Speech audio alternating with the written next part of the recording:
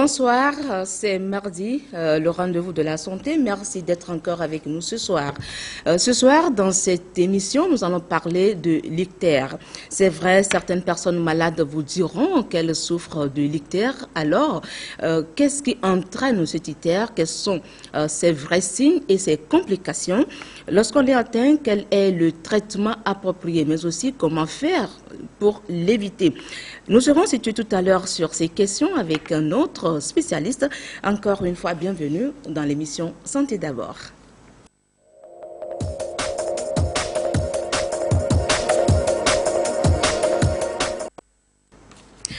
Notre invité de ce soir n'est autre que celui de la dernière fois. Je voudrais parler du docteur Akleso Bani. Il est maître assistant à la faculté des sciences de la santé à l'université de Lomé. Il est hépato-gastro-entérologue. C'est au CHU Sylvanus Olympio. Au CHU Campus. Au CHU Campus, voilà. C'est avec plaisir qu'il a encore accepté notre invitation pour cette seconde fois. Docteur Bani, bonsoir. Bonsoir, madame. Et vous êtes là, c'est pour cette fois-ci nous donner des informations utiles concernant l'ictère. Tout à fait. C'est bien cela. C'est ça. Merci beaucoup, merci d'être là encore avec nous. Docteur Bani, c'est vrai, je le disais tout à l'heure dans mon introduction, beaucoup de personnes souffrent de l'ictère. On entend souvent parler de l'ictère. Alors ce soir, on aimerait bien être situé sur cette maladie.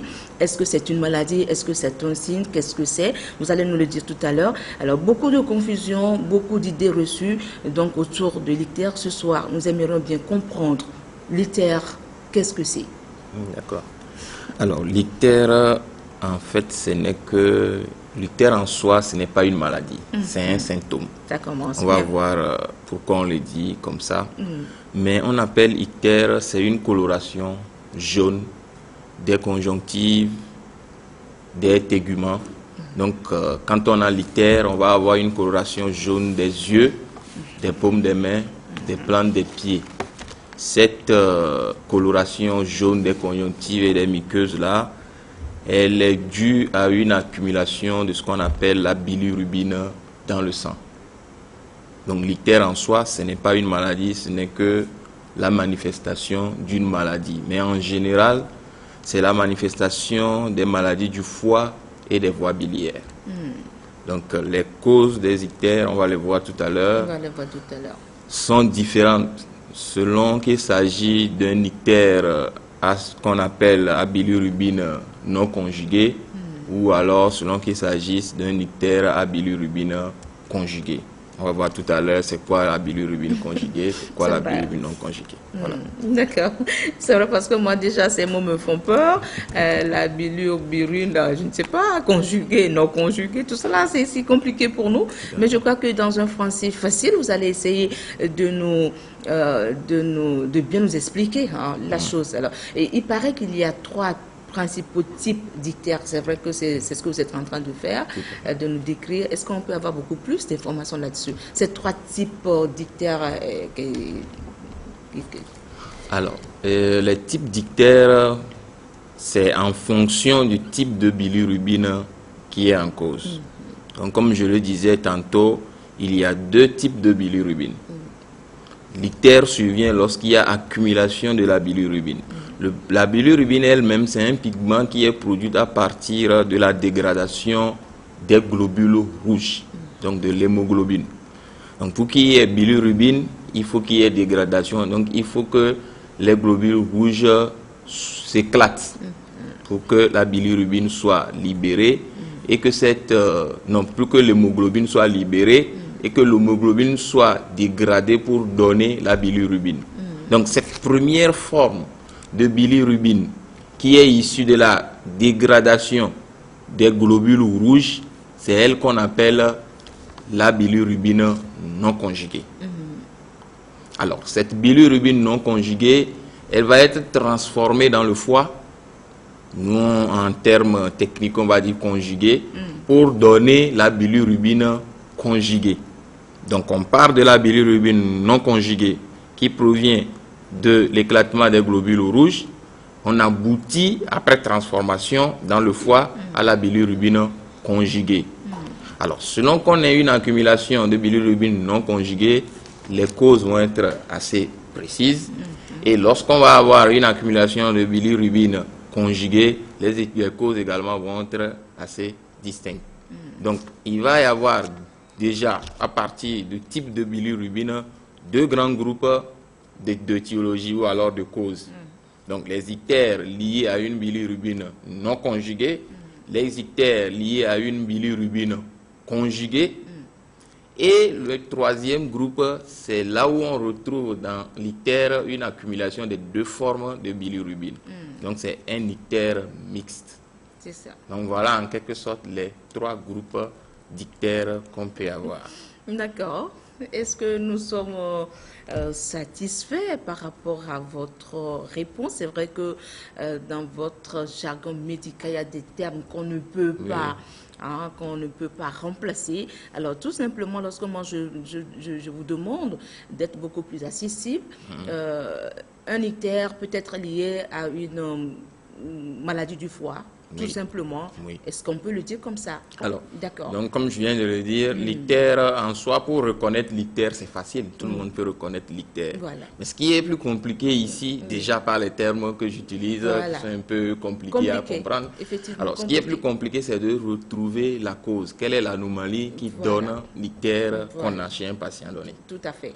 Alors, je reprécise que généralement, l'ictère va être la manifestation d'une maladie du foie sous-jacente ou alors d'une maladie des voies biliaires. Mais il n'y a pas que ces causes-là. L'ictère peut être en rapport avec un paludisme.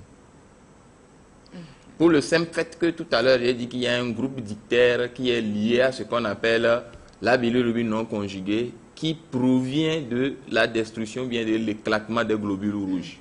Donc si on a une maladie au cours de laquelle on a un éclatement des globules rouges assez important, on va avoir une accumulation de bilirubine, donc un ictère.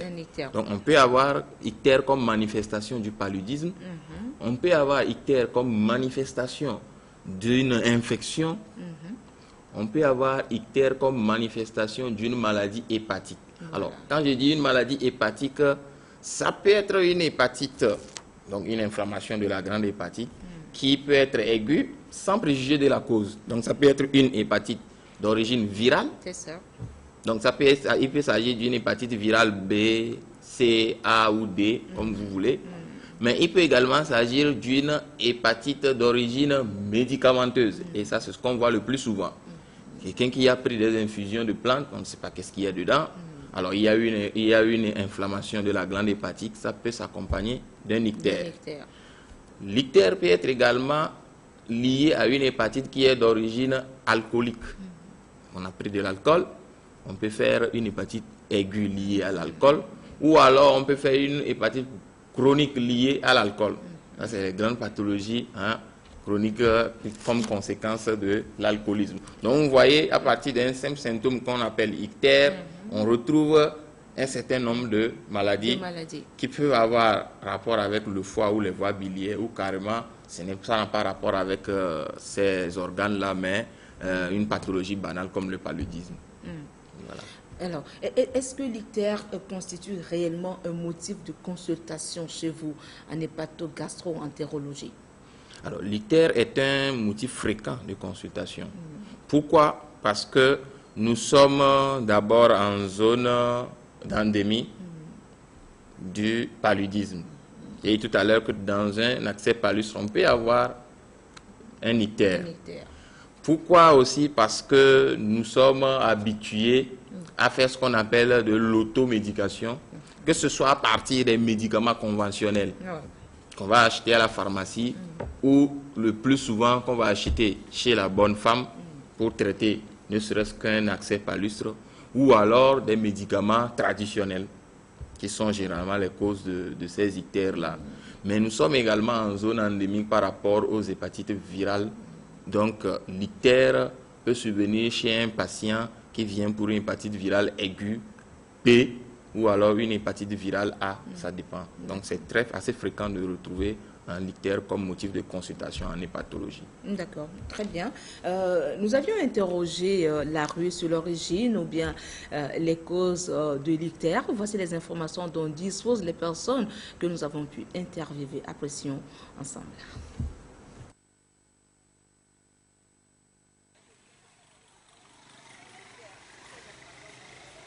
Par rapport aux causes, concrètement, je ne maîtrise pas les causes de la maladie de l'ictère, mais seulement d'une manière résumée, les symptômes de l'ictère. Je sais que quand ça te prend, tu as tendance à croire que c'est le paludisme. Tu as la faiblesse, il y a une petite température et surtout les yeux, au niveau des yeux, la couleur devient un peu jaune. Donc, d'aucuns disent que c'est le palu maltraité qui conduit à l'ictère. Donc, c'est ce que j'essaie de... Bon, les causes sont multiples. Un palu non traité efficacement peut engendrer l'ictère selon moi. Bon, l'excès de fatigue aussi, rester toujours au soleil sans se reposer, ça peut entraîner aussi l'ictère. Palu leo, ne omu traité nyere wa, ewa ele silo la meno, kaka lava ictère vano. Edoa oglobe miabe un duduo ebe male ne un duduo cha obe ehena itervana mono na nyaglonya mono na sesore na vale nyanye to nkpokpo nye ti nkan nke tutu hena iteravana nye munyo doka loko mi ade menami ne la me egome esena ngwa ne jame adia bia abubola no etala no bi e dome nkama la me patala no be wano be ti tere ti kabawa yo nyabe itere yo a e vola pobe amea enula suizire ka kwa la cousire ka e mi ami na ba ti pesisu. C'est une conjugaison des palus antérieurs maltraités. Bon, je sais que ça se manifeste aussi par la pâleur des yeux, selon ce que disent les gens, les couleurs des yeux changent. Et puis, on est souvent faible. On sait qu'il y a quelque chose qui ne va pas. Et beaucoup traitent ça sous forme de palu. Et bon, c'est d'où le danger, parce que les gens font un autre traitement, alors que c'est un autre mal qui est sous-adjacent.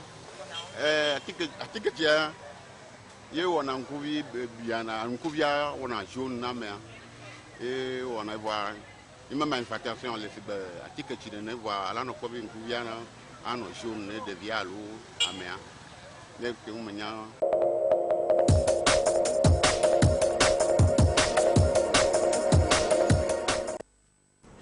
Voilà, docteur Bali, pour beaucoup de personnes, l'ictère serait la forme grave du paludisme, surtout non traité. Surtout non traité. Qu'est-ce que vous en pensez? Alors, c'est déjà assez intéressant de constater à travers cet élément que la plupart des gens savent ce que c'est que l'ictère. Reconnaître l'ictère, c'est facile. Mais le problème ici, c'est qu'est-ce qui est à l'origine de l'ictère. Tout à fait. C'est ça le gros souci ici. Mais ce qui est également intéressant, c'est que la plupart des gens qu'on vient d'écouter rattachent l'ictère à un palu maltraité. Ça, c'est important parce que le palu en soi peut s'accompagner d'un ictère. Mais un palu maltraité, avec des médicaments de la rue, avec des médicaments traditionnels non maîtrisés, donne très souvent un ictère. Pourquoi? Parce qu'on a surchargé le foie. Et donc, ce foie-là, il est malade, il est inflammatoire, il va s'accompagner d'un ictère. Pourquoi? Parce qu'il va avoir difficulté des cellules hépatiques à sécréter la bilirubine, bien la bile. Voilà déjà un gros souci. Alors, c'est facile également de rattacher l'ictère au palu parce que les manifestations du palu sont pratiquement les mêmes lorsqu'on a une hépatite virale. J'ai dit tout à l'heure que l'ictère peut être la manifestation d'une hépatite virale, quel que soit le type de virus en cause. Alors, quand on a une hépatite virale B, par exemple, les manifestations qu'on peut avoir sont très proches des manifestations du palu. C'est la fièvre, c'est des maux de tête, c'est des courbatures. Et donc, c'est très vite on a très vite fait de confondre cette hépatite virale-là à un palu et on va essayer de traiter soi-même à la maison. Et généralement, ça va se compliquer parce qu'on a mal géré, parce qu'on a pris des médicaments qu'il ne fallait pas prendre. Et la complication naturelle qu'on va avoir, c'est qu'il va avoir un ictère. Pourquoi? Parce que la glande hépatique, elle est surchargée. Elle ne fonctionne plus bien. C'est ça. Voilà. D'accord. Alors, parmi les personnes qu'on a interviewées, il y a une dame. Elle a dit, c'est vrai qu'elle ne maîtrise pas trop bien les causes de l'ictère, mais elle a fait sortir un mot, l'alimentation. Pour elle, l'alimentation, notre alimentation serait la cause de l'ictère. Est-ce qu'on peut lier l'alimentation à la survenue d'un ictère, par exemple?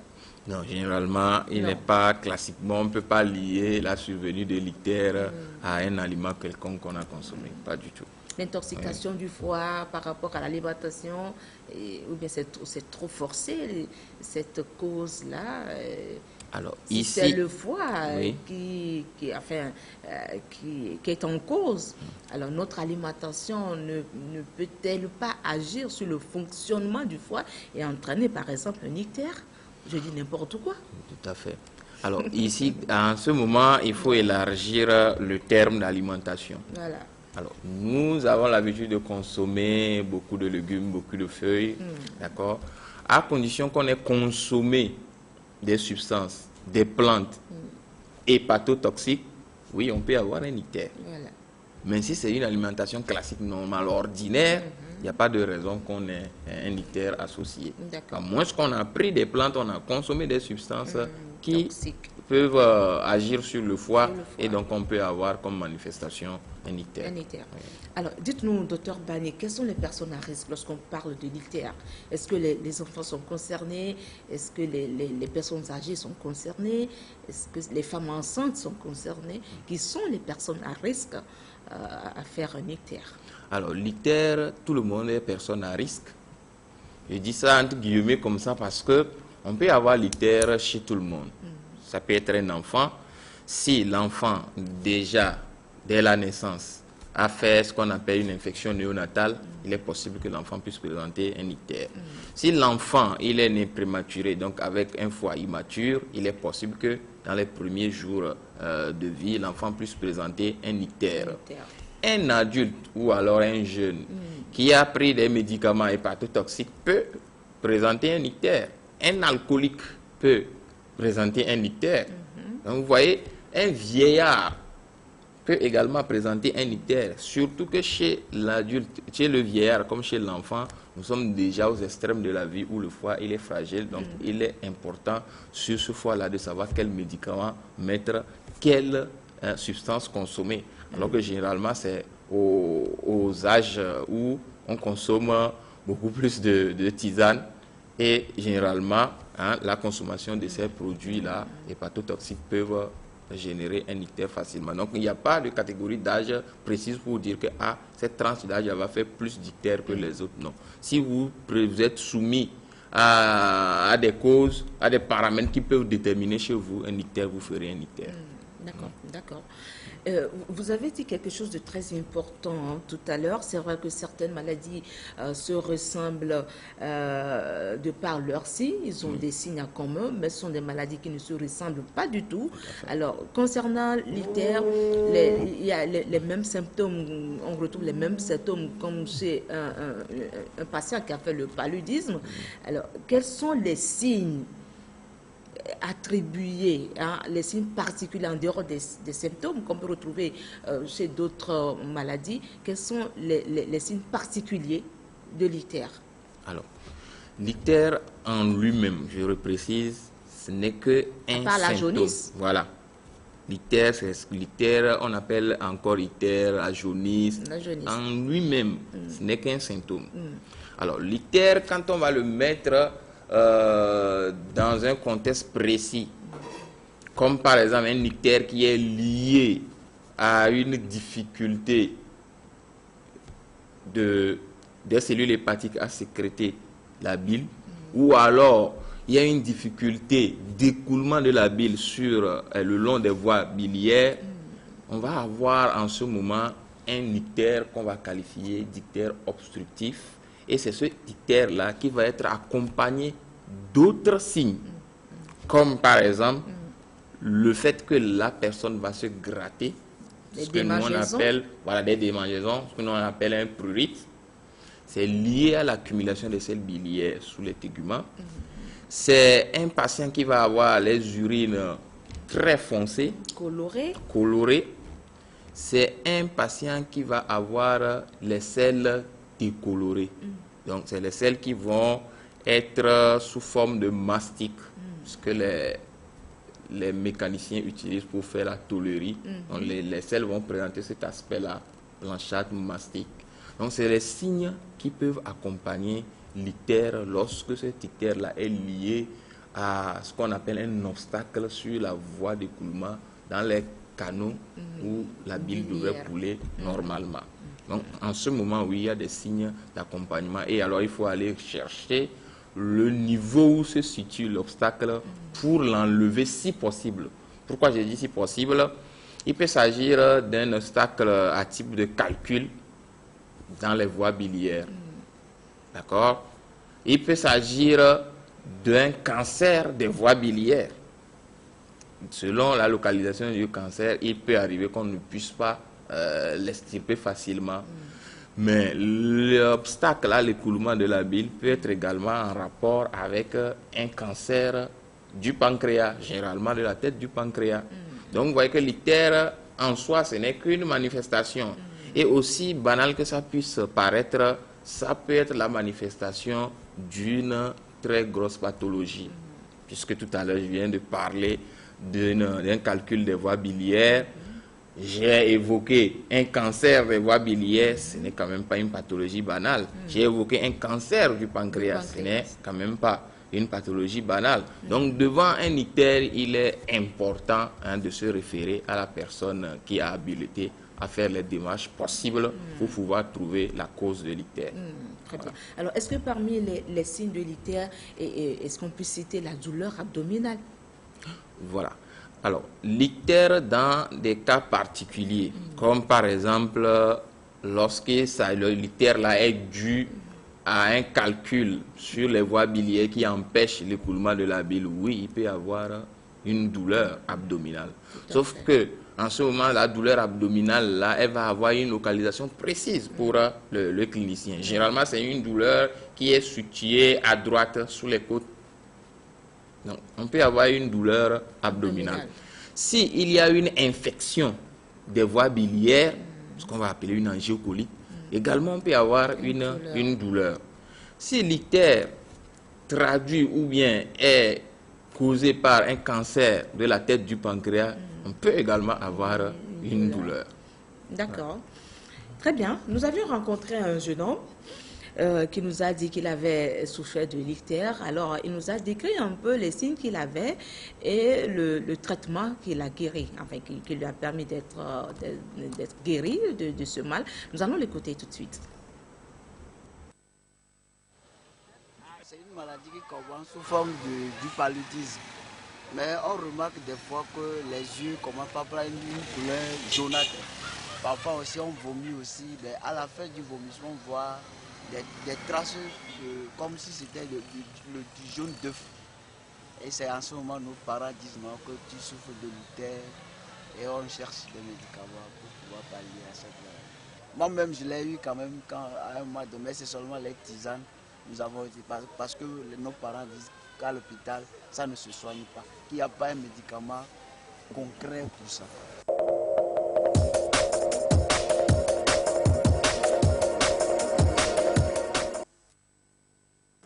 Une réaction? Alors, je dirais qu'ici, on a joué avec un peu de la chance.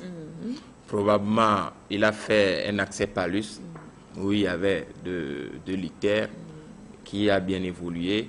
Donc, je veux dire, l'accès palus a bien évolué et son ictère est parti. Je dis qu'on a joué de la chance parce qu'il a eu à prendre des tisanes. Heureusement, ça n'est pas allé loin. Mais le plus souvent, ce que nous recevons comme patients, c'est des gens qui ont pris des tisanes pour se soigner, mais qui se retrouvent dans des états plus graves. Quelqu'un peut venir parce qu'il a pris des médicaments, il est très jaune, Donc, ça veut dire que ce n'est plus une coloration seulement des yeux, mais c'est la paume des mains. Il peut arriver que le patient soit totalement jaune lui-même. C'est ça. Alors, ça veut dire qu'il a pris beaucoup de tisane et c'est des patients qui arrivent des fois en coma. C'est pour ça que je dis qu'ici, on a joué un peu avec la chance. Oui, on a joué avec Mais la sinon, la seule façon de pouvoir, ou bien le seul endroit de pouvoir traiter l'ictère, c'est à l'hôpital où on sera devant un médecin qui est habilité à rechercher les causes possibles de l'ictère et traiter la cause. Parce que ici, le traitement de l'ictère ne va pas être un traitement standard, unique pour toutes les formes d'ictère qu'on a. Le traitement de l'ictère va dépendre de ce qui crée l'ictère. Ça, c'est très important à savoir. Alors, de la façon dont on va traiter un ictère lié à une importante destruction des globules rouges, donc à un éclatement important des globules rouges, ce n'est pas de cette même façon on va traiter un ictère lié à une infection, voilà, un accès palus ou bien une infection des voies biliaires ou à un cancer du pancréas. Tout à fait. Donc c'est très différent.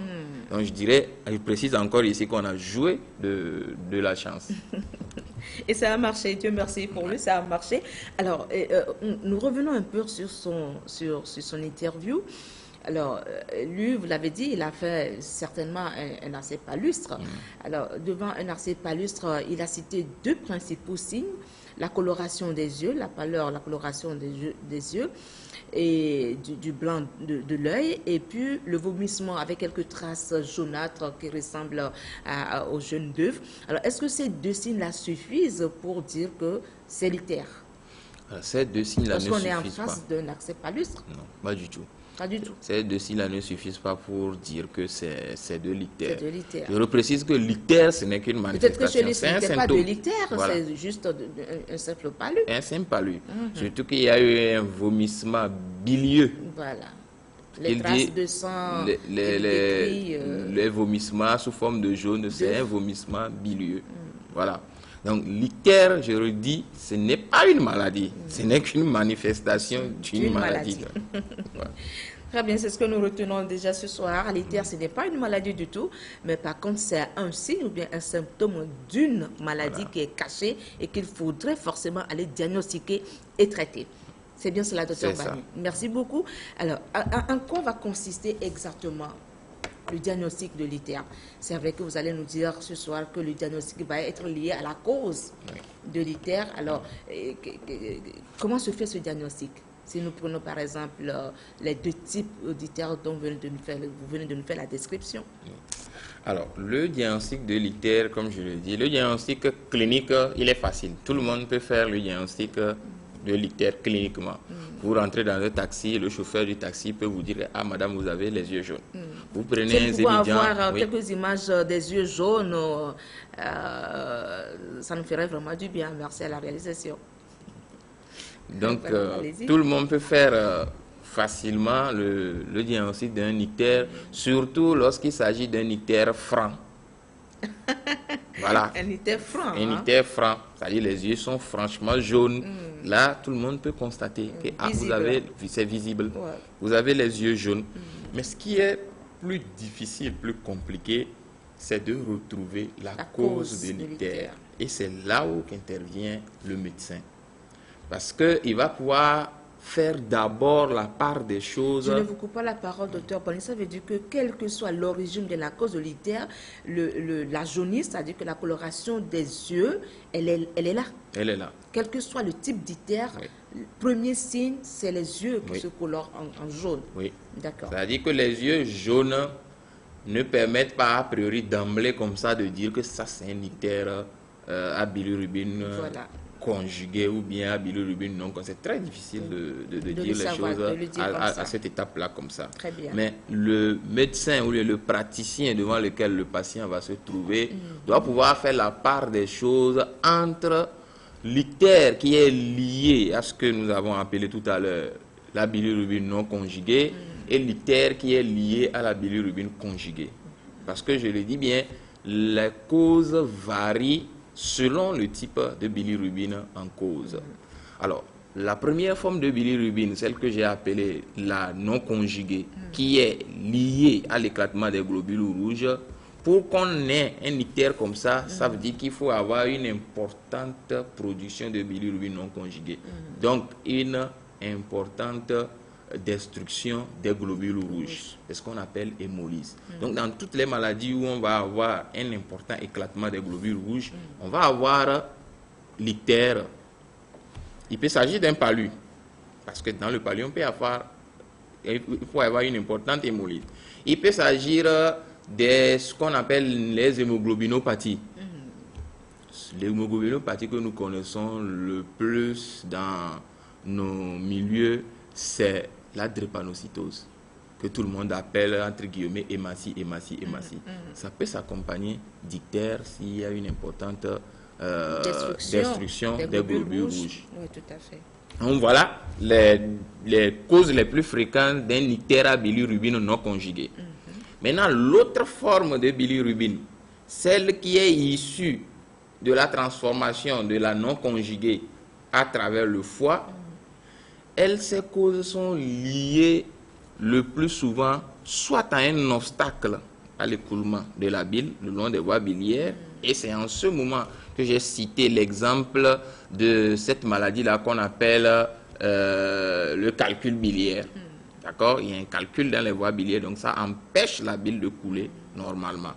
Donc la bilirubine, c'est sous forme de petits cailloux, voilà, si vous voulez, qui vont se retrouver dans les voies biliaires, des cristaux qui vont se retrouver dans les voies biliaires. Donc les voies biliaires, c'est des tuyaux, hein, d'accord? Donc ils vont se retrouver dans ces canaux-là et empêcher le fait que la bile puisse couler normalement. Et donc la bilirubine va refluer dans le sang, ça va s'accumuler et forcément ça va se déposer dans les conjonctives, au niveau des téguments, on aura un ictère. Voilà. Alors en dehors de la lithiase, hein, d'une lithiase dans les voies biliaires, il peut s'agir d'une infection tout simplement des voies biliaires. Ça va s'accompagner d'un ictère. Ou alors, tout simplement, il peut s'agir d'un cancer des voies biliaires. Et donc, un cancer qui pousse à l'intérieur, qui va réduire le calibre de ces voies biliaires-là. Donc, la bile ne peut plus passer, ne peut plus couler normalement. Et on peut avoir un ictère. Mais l'autre facette des ictères liés à la bilirubine conjuguée, il peut s'agir également d'une atteinte des cellules hépatiques. Et donc, toute atteinte de la glande hépatique peut s'accompagner de l'ictère. Et il peut s'agir d'une atteinte liée à des médicaments. Je reviens encore dessus. Pourquoi? Parce que c'est ce qui est très fréquent. C'est ce qui est important. C'est très fréquent. Donc, à cause de l'automédication. À cause de l'automédication, à cause des tisanes, à cause des infusions de plantes qu'on prend souvent, on peut avoir un ictère. L'ictère lié à une atteinte des glandes hépatiques, il peut s'agir d'une hépatite virale. Il est important de parler également de ça. Mais ici, il ne va pas s'agir seulement de l'hépatite virale B ou C qu'on connaît souvent, mais il peut s'agir d'une hépatite virale A. Ça aussi, ça peut donner un ictère. Et maintenant, pour terminer, une hépatite ou bien une inflammation de la glande hépatique liée à la consommation d'alcool peut également s'accompagner d'un ictère. Donc, vous voyez que selon qu'il s'agit d'un ictère lié à une bilirubine non conjuguée, on va avoir par exemple le palu, on va avoir la drépanocytose. Mais si c'est un ictère lié à un obstacle à l'écoulement de la bile, on peut avoir une lithiase ou un calcul dans les voies biliaires, on peut avoir un cancer du pancréas, ou alors si c'est un ictère qui est lié à une atteinte du foie lui-même, il peut s'agir d'une hépatite médicamenteuse, une hépatite virale ou bien une hépatite alcoolique. C'est ça. Très bien. Supposons que la cause de l'ictère n'a pas été vite connue. Oui. Quelles peuvent être les conséquences ou bien les complications d'un ictère? Quand un ictère devient-il grave de façon très simple? L'ictère en soi, lorsqu'il apparaît, ça veut dire qu'il y a une maladie, soit le plus souvent du foie ou bien des voies biliaires. Si l'ictère est déjà là, ça veut dire que la maladie est déjà avancée. Alors, le fait de méconnaître la cause peut amener à ce qu'on se retrouve à des stades de complications. Et ces complications-là vont être différentes selon le type de maladie en cause. Si vous avez une hépatite alcoolique et que vous ne vous faites pas prendre en charge tout de suite, malgré que vous avez l'ictère, la maladie du foie qui a donné l'ictère là va évoluer, vous pouvez tomber dans le coma. Pourquoi? Parce que le foie et en mourir. Parce que le foie ne fonctionne pas bien. Si vous avez un ictère qui est lié à une hépatite médicamenteuse parce que vous avez pris, que ce soit les médicaments conventionnels ou bien les médicaments traditionnels, et que malgré l'ictère, vous ne consultez pas, eh bien, ça peut également évoluer. Vous pouvez aussi tomber dans le coma, donc vous faites ce qu'on appelle une encéphalopathie liée à votre maladie hépatique. Vous pouvez en mourir également. Donc, dans tous les cas, quand vous avez un ictère et que vous ne consultez pas, vous êtes déjà mal parti. Pourquoi? Parce que vous avez un symptôme majeur, un symptôme important qui vous interpelle, qui vous oblige en réalité à aller vers un médecin, mais vous ne le faites pas. Donc forcément, vous allez devant des complications très graves. Et là, généralement, vous pouvez en mourir facilement. D'accord, d'accord. Ce soir, on comprend mieux les choses. Alors, à présent, nous allons écouter un témoignage. Je voudrais qu'on écoute ensemble un témoignage, celui du père d'un petit garçon souffrant d'une infirmité motrice cérébrale, c'est-à-dire que l'enfant il est handicapé moteur, c'est bien cela, c'est ce qu'on dit, docteur Bagné, voilà. Alors, et cette infirmité est probablement liée à une maladie dès sa naissance. Alors, que va-t-on rechercher exactement dans ce témoignage? Nous allons écouter attentivement le témoignage de ce papa et on revient après sur ce plateau. En 2000, j'avais eu le premier enfant avec madame.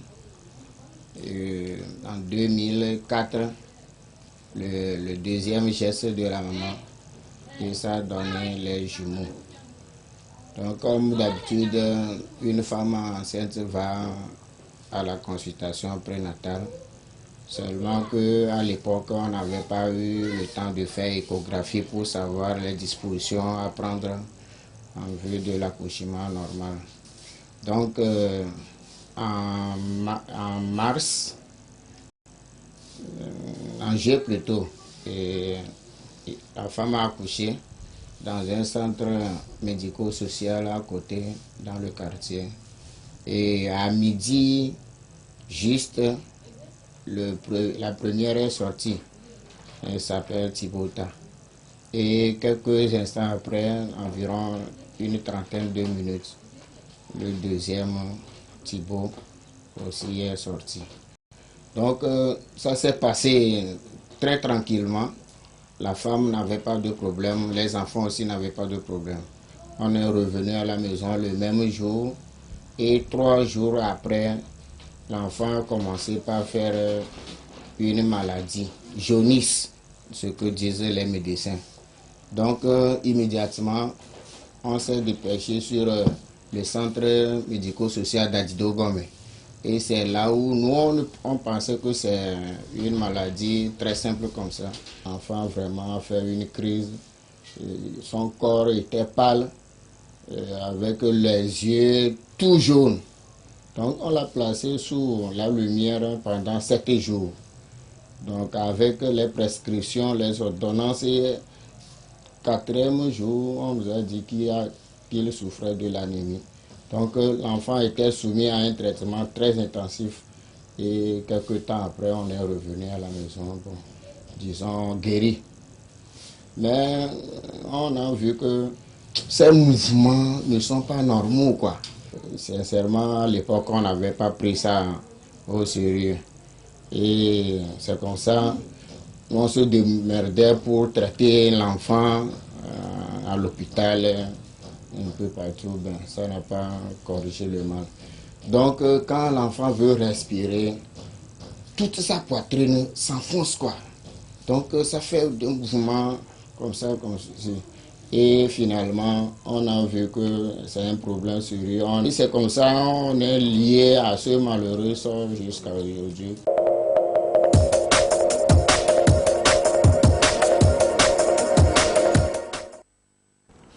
Docteur Bani, qu'est-ce qu'on peut retenir dans ce témoignage? Qu'est-ce que nous devons comprendre par rapport à ce que ce papa vient de dire?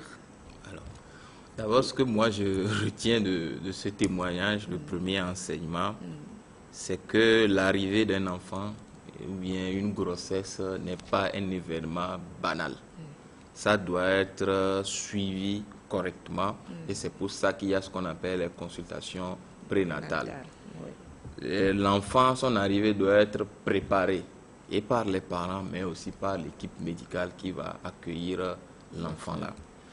Pourquoi? Parce que dans l'histoire de ce parent, on se rend compte que c'est un enfant qui a souffert. Donc il y a eu une souffrance néonatale forcément chez cet enfant-là.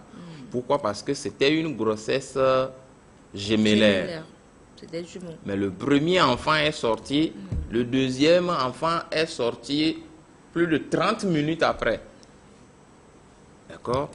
Chez une femme qui n'avait pas eu à faire correctement déjà les consultations prénatales pour qu'on puisse déjà anticiper cet événement-là. Donc forcément, l'enfant a souffert. L'enfant a également fait très probablement ce que j'ai appelé une infection néonatale, ce qui fait que dans les jours qui ont suivi rapidement la naissance, l'enfant était devenu tout jaune, l'enfant a convulsé, comme il a dit. L'enfant a convulsé. Et donc, forcément, il y a eu souffrance cérébrale sur un organisme encore pas très mature. Donc, vous voyez que les séquelles, si on ne prend pas l'enfant en charge assez tôt, peuvent être irréversibles, comme ce qu'on voit malheureusement chez cet enfant-là. Alors, donc, un enfant qui fait un ictère, comme je l'ai dit au début de l'émission, un enfant qui fait une infection néonatale peut présenter un ictère. Alors, pourquoi? Parce que l'infection en lui-même peut engendrer un éclatement important des globules et donc donner un ictère. Mais chez un enfant qui est né immature, donc avec un foie immature, il est normal qu'il n'y ait pas conjugation correcte de la bilirubine libre. Il peut y avoir également un ictère. Donc il est important que la grossesse soit un événement particulier, bien suivi dans les structures qu'il faut. C'est pour ça qu'il y a beaucoup de sages-femmes qui font d'ailleurs bien correctement leur travail. Il suffit de se présenter à cette dame-là et généralement, on évite facilement ces situations-là. Voilà. Merci beaucoup, docteur Bani. J'avais voulu qu'on écoute ce témoignage parce que quelque part, son témoignage a un lien avec le sujet de ce soir, parce que quelque part, dans son témoignage, le papa a fait allusion à la jaunisse, qui n'est autre qu'un ictère. L'enfant, selon les médecins, on a dit que l'enfant souffre de la jaunisse. Effectivement, il est tout pâle, il a les yeux tout jaunes. Même l'enfant, entre-temps aussi, a fait une anémie. Alors, tous ces signes-là, probablement que l'enfant a fait un ictère à cause de la jaunisse dont on parle dès la naissance. Alors, est-ce qu'on peut...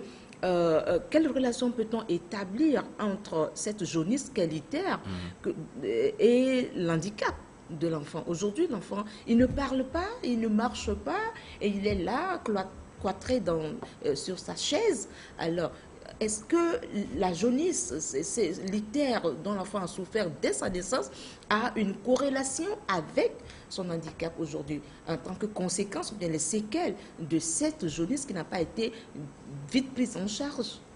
Est-ce qu'on peut le dire comme ça? Alors, a priori, non. Les séquelles neurologiques que l'enfant a ne sont pas directement en rapport avec son ictère.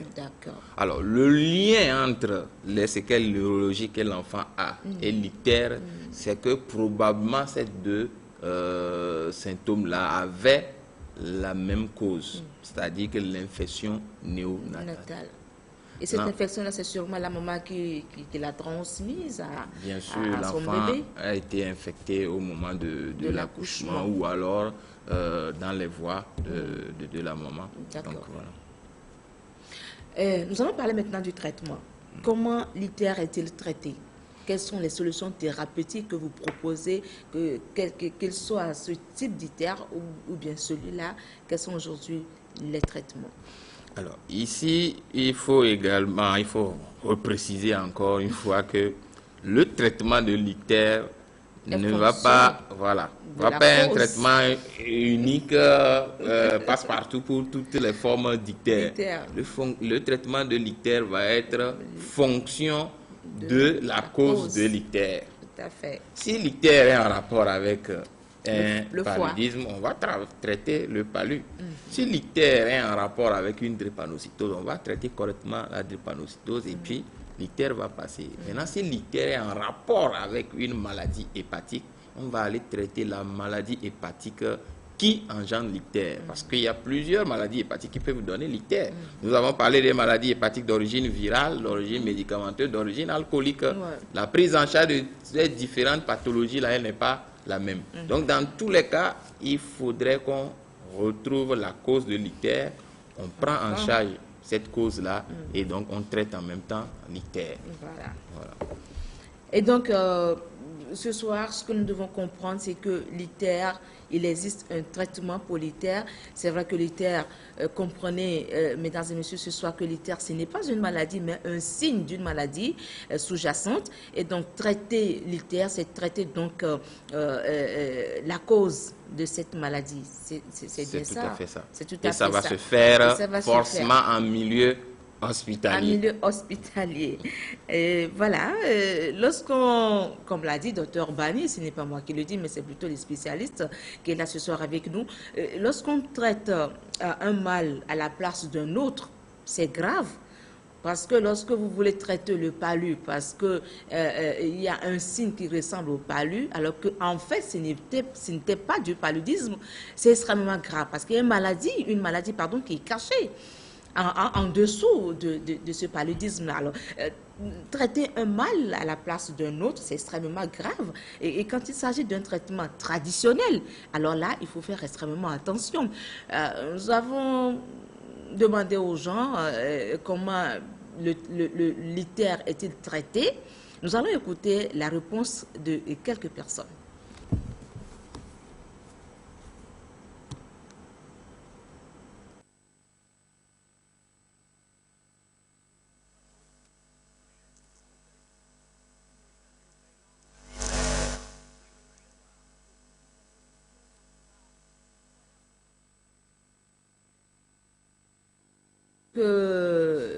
Difficulté au niveau de la technique. Alors, est-ce qu'on me demande de relancer le sujet ou bien on va continuer l'émission? Je n'en sais rien. Et donc, en attendant que la technique soit prête, ou bien l'élément est prêt à être balancé ici au studio, nous allons demander au Dr Bani. Alors, la grande question ce soir, est-ce qu'on peut éviter l'ictère? L'ictère est évitable. Dans les situations, oui, on peut éviter l'ictère en évitant certaines causes des maladies qui peuvent donner l'ictère. Alors, l'ictère en rapport avec une hépatite médicamenteuse, on peut l'éviter en évitant de faire de l'automédication, en évitant de consommer des plantes dont on ne maîtrise pas la nature.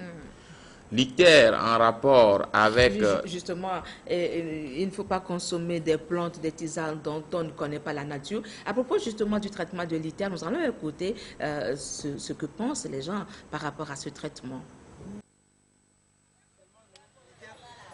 Ce que j'ai souvent vu au niveau rural surtout, c'est les hommes, beaucoup de personnes se traitent d'une manière avec la limonade mélangée des écorces d'arbres et ils en prennent ça régulièrement. Et ils pissent à petit feu, ça sort.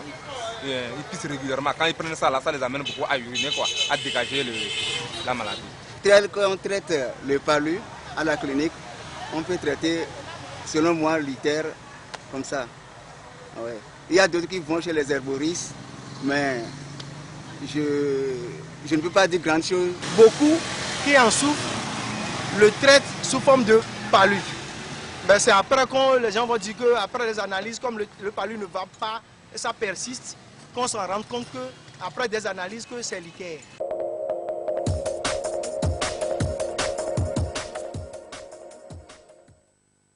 C'est exactement là le danger. puisqu'il est difficile en voyant quelqu'un, un patient ictérique, de dire sans aucun bilan la cause de l'ictère. Alors, si c'est un ictère lié à un calcul, vous avez beau prendre des tonnes, des tonneaux de limonade et d'écorce, vous n'allez rien changer tant que l'obstacle n'est pas levé. Mais au contraire, vous allez compliquer le vous allez compliquer, vous allez surcharger le foie, vous allez rendre le foie malade et donc les choses vont se compliquer. Donc voilà un peu cette façon de faire, je dirais que c'est un peu jouer à la loto. C'est un peu ça, mais ça ne marche toujours pas et très souvent ça ne marche pas. D'accord. Alors on était en train de parler des mesures préventives de l'ictère. Est-ce que l'ictère est évitable? Donc comme je le disais, vous avez dit oui. Oui, l'ictère est évitable si c'est un ictère lié aux médicaments, il suffit d'éviter. Les médicaments que je viens de citer, on peut éviter l'ictère là. L'ictère lié à l'alcool, c'est-à-dire qu'il y a une maladie du foie d'origine alcoolique peut être évité si on évite la consommation de l'alcool. Mais l'ictère qui est lié à une maladie du foie en rapport avec les virus, on peut également l'éviter si on évite ces virus-là en se vaccinant par exemple. Donc l'ictère est évitable dans certains cas. Alors, voilà, nous avons reçu quelques questions. Au total, ce sont 5 questions, Dr Bani, ce sont 5 questions qui viennent donc de nous parvenir par SMS. Malheureusement, nous ne pouvons pas répondre, vous nous comprenez bien, à toutes ces questions parce que le temps qui nous est imparti pour cette émission est relativement court. 1 heure de temps, ça passe vite. Néanmoins, nous allons peut-être choisir quelques-unes. Nous allons choisir quelques-unes de ces questions. Alors, quelle est la différence entre hépatite et ictère? Pourquoi les produits de ces maladies ne sont pas à l'intérieur du pays? Hépatite et ictère. Alors, il y a une grande différence entre ictère et hépatite. Ictère, on vient de le définir tout à l'heure, c'est la coloration jaune des yeux, des paumes des mains, des plantes des pieds en rapport avec ce qu'on appelle la bilirubine qui est accumulée dans le sang. Mais l'hépatite, ça veut dire qu'il y a une inflammation du foie, sans préjuger de la cause. Inflammation du foie tout court, ça peut être lié au virus, ça peut être lié aux médicaments, ça peut être lié à l'alcool. Donc, c'est 2 choses différentes. L'hépatite peut s'accompagner ou bien se manifester par un ictère. Donc, l'ictère, c'est une manifestation d'une hépatite. L'hépatite qui est la maladie, l'ictère c'est le symptôme ou bien la manifestation. Très bien, merci docteur Bani. Bonsoir madame, bonsoir docteur Aklesso. Je veux savoir si les bébés qui jaunissent après la naissance, est-ce qu'il s'agit de l'ictère aussi? On les étale au soleil le vent 10 à 15 minutes, 2 ou 3 jours et ça passe. Oui, c'est également de l'ictère et c'est traité correctement à l'hôpital. Bonsoir, s'il vous plaît, est-ce que je peux avoir le contact du docteur pour le traitement des hémorroïdes? Très bien, à la fin de cette émission, rappelez-nous hors antenne, nous vous donnerons avec plaisir, nous le communiquerons. Merci beaucoup. Est-ce qu'on peut associer l'ictère avec la drépanocytose? Oui, on vient de le dire tantôt, l'ictère peut se retrouver chez un patient drépanocytaire. Donc, il y a un lien entre la drépanocytose et l'ictère par le fait que la drépanocytose, dans la drépanocytose, on a une hémolyse, on a un éclatement des globules rouges. Comment arrêter l'automédication qui est un risque imminent de l'ictère? La seule façon d'arrêter l'automédication, c'est de consulter un personnel de santé, donc de consulter un médecin pour le symptôme ou bien pour la maladie qu'on a. Donc, il va faire les prescriptions qu'il faut pour ce qu'il faut et donc on va pouvoir éviter de s'octroyer ou bien de se prescrire soi-même des médicaments. Merci. Bonsoir. On dit souvent qu'un malade d'ictère ne doit pas avoir d'injection. Est-ce vrai? Merci. C'est de Martin depuis Nochan. Ça dépend de quelle cause de l'ictère. S'il vous plaît, je souhaiterais savoir si on peut le traiter définitivement et pourquoi pas le paludisme. Je veux Alors, c'est Serge Victor depuis Sokodé. L'ictère peut être traité si on traite la cause. Si c'est un ictère lié à un palu, on traite le palu. Ça se traite définitivement. Le palu, ça se traite correctement d'ailleurs. Une fois que le palu est bien traité, l'ictère s'en va. Si c'est un ictère lié à un calcul dans les voies biliaires, une fois que le calcul est levé, l'ictère s'en va également. Donc l'ictère, on peut traiter l'ictère si on touche à la cause. Quelle est la cause de l'ictère chez un nouveau-né?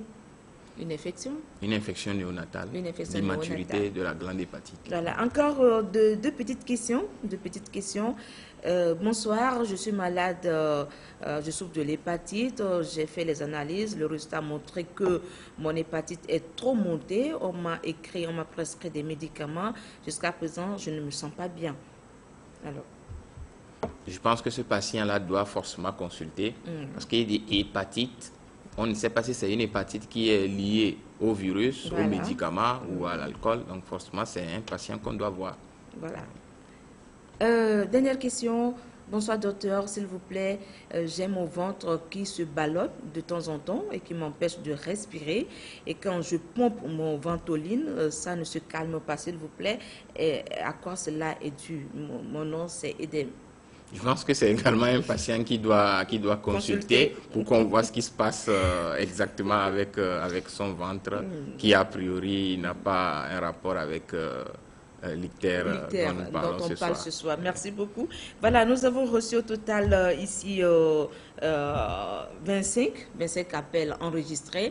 Les numéros qu'on affiche généralement, bien d'habitude, en bas de vos petits écrans, vous avez du mal à rentrer en ligne par rapport, sur ces numéros-là. C'est pour cela que les numéros affichés pour les SMS, vous vous rabattez sur ces numéros-là pour nous appeler. Et malheureusement, on ne peut pas décrocher, vous comprenez bien, sur ce plateau en direct. Vous devez forcément passer par la technique, par la régie, qui nous renvoie à votre appel. Donc, merci pour cette compréhension. Voilà, l'émission est pratiquement finie. Docteur Bani, quels sont vos conseils ce soir? Qu'est-ce qu'on doit retenir par rapport à tout ce qu'on vient de dire? Alors, pour terminer, moi, je pense que l'ictère, aussi banal que ça peut se paraître en termes de diagnostic sur le plan clinique, n'est pas un symptôme à prendre à la légère. Je pense que devant un ictère, il est important de consulter tôt d'ailleurs un médecin pour pouvoir déterminer la cause de l'ictère pour qu'on puisse adapter un traitement adéquat. Merci beaucoup, docteur Bani. Avant de clôturer cette émission, je voudrais présenter nos excuses à toutes celles et ceux qui nous envoient des questions par SMS et qui tentent de nous joindre, je le disais tantôt, tout à l'heure, par téléphone sur ce plateau. Vous avez été encore très nombreux à réagir par rapport au thème précédent sur les hémorroïdes. Au total, plus d'une centaine de questions nous ont été parvenues et une cinquantaine d'appels enregistrés. Malheureusement, je vous l'avais dit tout à l'heure, nous ne sommes pas en mesure de satisfaire tout le monde. Cependant, nous sommes à la recherche d'une bonne formule, de la bonne formule, afin que chacune de vos préoccupations ou questions trouve une réponse satisfaisante. Merci donc pour votre compréhension. C'est la fin de cette émission, mesdames et messieurs. Merci pour votre aimable attention. Tout le plaisir a été pour nous de vous l'avoir présenté. Prenez soin tout simplement de votre santé, car votre vie en dépend. Docteur Bani, merci. Merci d'être passé pour la seconde fois sur ce plateau. J'espère que vous allez revenir une troisième fois pour parler, cette fois-ci, des ulcères gastriques. Je crois que ça aussi, c'est un problème de santé publique et beaucoup de personnes en souffrent. Alors, un de ces jours, vous allez venir encore nous édifier sur cette maladie. Alors, merci beaucoup, professeur Reda et au professeur Wateba pour leur collaboration et leur soutien à cette émission. Merci donc à toutes les personnes qui nous font confiance. Cela prouve combien de fois vous avez de l'intérêt pour cette émission. Merci à toute l'équipe de la réalisation. On se retrouve mardi prochain.